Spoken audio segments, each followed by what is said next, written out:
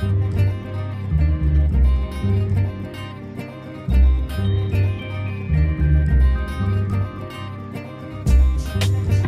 everyone, this is Tamara from shelfaddiction.com and welcome to episode 11. This is a review of What We Saw by Aaron Hartzler. This is a young adult title inspired by real events. I recently wrote a review on this on my book blog, shelfaddiction.com, and my book club actually recently talked about this book about 2 weeks ago. I felt that because of the serious nature of the book, and I felt really strongly about the topics and themes going on in this book, so I wanted to talk about it a little more. Clearly, I wasn't finished with discussing it, so I decided to share with you guys. If you don't know what this book is about, I'll give you a really quick synopsis. Pretty much, a girl, Stacy, is passed out at a party, and the next day, everyone sees photos and video of her pretty much being assaulted. And of course, Kate, our protagonist, she's trying to piece together what happened at that party, the who's, the whys, and all of that. Ben, who is someone that she was friends with early on, when they were kids, she's now kind of dating him. And it should be mentioned that Ben is on the basketball team. And in this small town, the basketball team is everything. These boys are pretty much allowed to do what they want, say what they want. Everyone bows down to the basketball team, and it's just that kind of group think environment. Now, this story deals with a lot of serious things, from how silence of a situation has long-term effects, and it has to deal with consent. It has to deal with just kind of speaking what you've seen, and supporting other people. And even, speaking up when you see something wrong going on, rape and groupthink mentality, cyberbullying, all these things are themes going on in this book.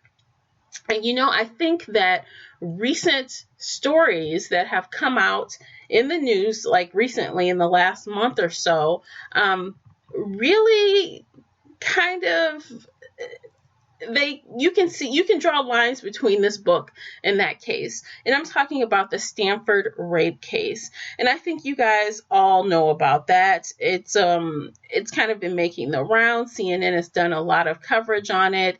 It is the case where a young man, Brock Turner, was convicted in March of assault with intent to commit rape of an intoxicated or unconscious person, penetration of an intoxicated person, and penetration of an unconscious person.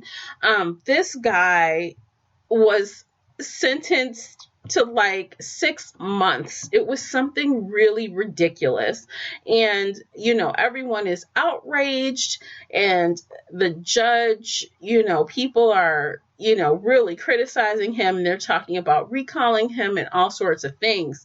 And this book really touches on a lot of this stuff. I mean, if you start to look a little bit into this case, this guy, I guess tried to hit on the victim's sister, and I guess he tried to kiss her, and some other things happened at a party. And after he got shot down by the sister a couple times, he decides to go after the victim while she's in an inebriated state. It's really disgusting.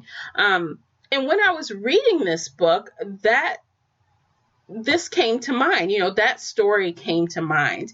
And it's just, unfortunate, but that is why this book makes such good book club conversation. I feel that this book should be read by teenagers, young adults. It should be read by adults, because everyone needs to learn more about consent and what rape is and what the definition of that is, okay? So in this small town, of course, the victim, Stacy, is really accused of being all kinds of things, all the bad things you could call a woman, when it comes down to, she's being blamed because she had on a skimpy outfit. She, is a slut. She's a this, she's a that. No one is blaming the guys who were in the video. And of course, it doesn't come out immediately who's in the video, who was present, all of these things. It's slowly revealed. And that is one thing that Aaron Hartzler does really well with this story. It's paced really well. All of the different aspects of the story coming to light, they are, rolled out in a believable fashion. All of the events that happened, or almost all of the events that happened, were pretty believable. There were one or two instances where Kate made some choices or did some things that personally I feel wouldn't have turned out so well for her as they did in the book. And but in that regards, it is what it is. You know what I mean? The point that he was making was driven home, and it was believable. And those are all good things. So let's talk a little bit about the characters. Kate, our protagonist, I honestly felt that she seemed much more mature than an average high schooler. I believe she is 16 or 17 years old, and she, as she's uncovering what happened, and piecing things together, she is giving speeches and lectures to her little brother, her friends, and other people, and it seems something that is out of character for a girl of that age. Yes, she could just be mature, but it still read a little bit out of character. When it came down to it, she was at risk of losing her friends, losing her status, and all other kind of things because she was going against the grain. And we all know in a groupthink situation, no one wants to go against the grain or you'll be outcast. And that probably could have been addressed a little bit more. There was a point in the book where her speaking out was addressed, but because she was dating the number 3 guy on the baseball team, he kind of shut it down for her. So that was kind of a cop-out a little bit, but overall, I really liked Kate as a character. She was strong. She stood up for what she felt was right, and she did the best that she could, with what she had, right? There was some point in the book where she started to question.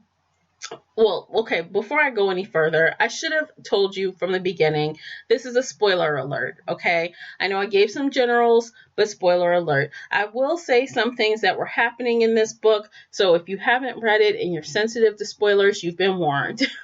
So anyway, as I was saying, there are points in this book where she starts to suspect that her boyfriend, Ben, isn't being honest with her. He's not, he starts to show, his characteristics are starting to show us someone that's kind of short-tempered.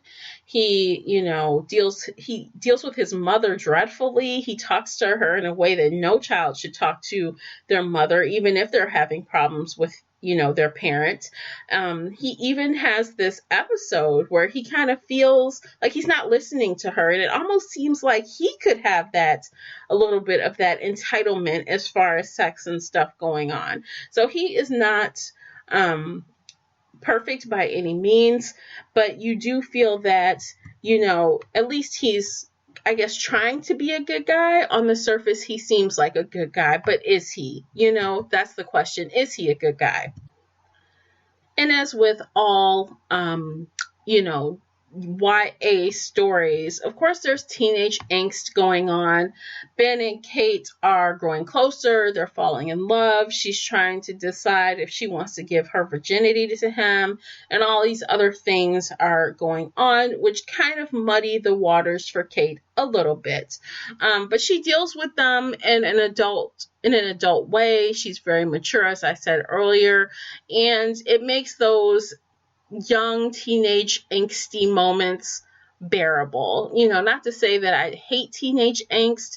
That's not what I'm saying at all, because a lot of the time, it's just a product of young adult, right? So I do feel that the book was realistic and honest, and it was, the story that no one wants to talk about, essentially. I've already pointed out that it's about, rape and consent, and drugs and alcohol and all of these things. It was, I think relatable for a lot of teens. Now, I'm not going to tell how old I was, but when I was in high school, I remember a lot of the football players, kind of getting away with murder. And I remember actually in college, the football players getting away with a lot of things that they probably shouldn't have. But it makes you ask yourself that question, what would you do?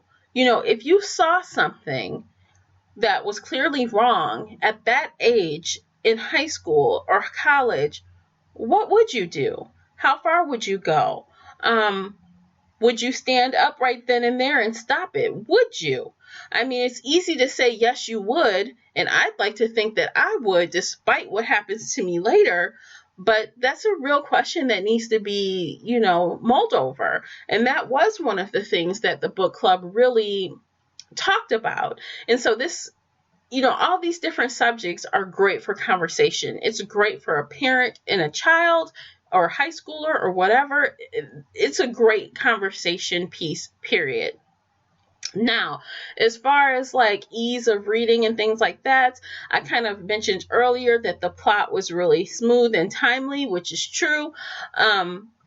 So I think it was an easy read. It was a quick read. It really kept you wanting to know what was going to happen next. And I think that Kate's little, love story with Ben was kind of something that kind of eased, helped a little sugar with the medicine, right? So it kind of eased up a little bit of the messages and made it not so abrasive. The story, it was really great. And I was glad that I read it. I'm glad that we discussed it. It really opened up ways for people to think about things that they should talk about with their children, girls and boys. And, it's a tough thing to talk about, but everyone needs to. I mean, every day we're hearing about some kids that did something crazy at a party and raped somebody, or, people getting molested on their way home, or, being passed out and being assaulted. All those things, they happen every day. So, if you've listened to this whole podcast, then clearly it's a powerful book. It made me think about it, after the book was all said and done. And I suspect that it's a book that I will remember for a long time to come. It's an important message. It's a good story to express, the importance of being brave and speaking up and, doing what is the right thing to do, even when everyone else is doing something else. So with all of that said, I rated What We Saw 4 out of 5 bookmarks. I recommend it for book clubs and teens and high schoolers and young adults. It's really a good read all around. Now, I will mention that I know this is based off of real events. I don't know what events those are, but in my personal opinion, if you read, let's see, it was called Luckiest Girl Alive by Jessica Knoll. That was another one that really hit home for me last year. If you read that, I think you will be able to draw some lines from this book to that book as far as subject matter and dealing with hard topics and, consent and rape and, just dealing with all of that stuff. I mean, that is in that book as well, but that had a much more dramatic into the situation. And it makes you, say, wow, what if, like, for example, what if the character Stacy went through all that and instead of going to the police, she came to school with a gun? That could have totally happened, and that draws some parallels to Luckiest Girl Alive. So spoiler alert there, sorry. But I also kind of drew some lines to the anthology style TV show American Crime on ABC. I don't know if you watch that, but if you do, it's a very serious show. The last season was about a boy who got assaulted at a party and, how the fallout of that went. It was a boy who got assaulted. So some people in this small town couldn't understand how a boy could get assaulted. And there were all other kind of problems. But at the root of it, it's the same. It's consent, people, consent. It's, you don't do things to people that aren't wanted. It's as simple as that. If they are knocked out and can't tell you they want it, then they don't want it. Okay, it's as simple as that. And I don't mean to get all preachy, but all of these books and TV shows, they give an important message that everyone needs to know about. I mean, we shouldn't even be seeing stories like this in the news. It's outrageous. It really is. It's so, 4 out of 5. I recommend it. It was thought-provoking. It really generated the great conversation that you want to have with, everyone. And I can't express that enough. So that's all I have to say on this topic. I feel that I've rambled enough about this book. You guys know I recommend it.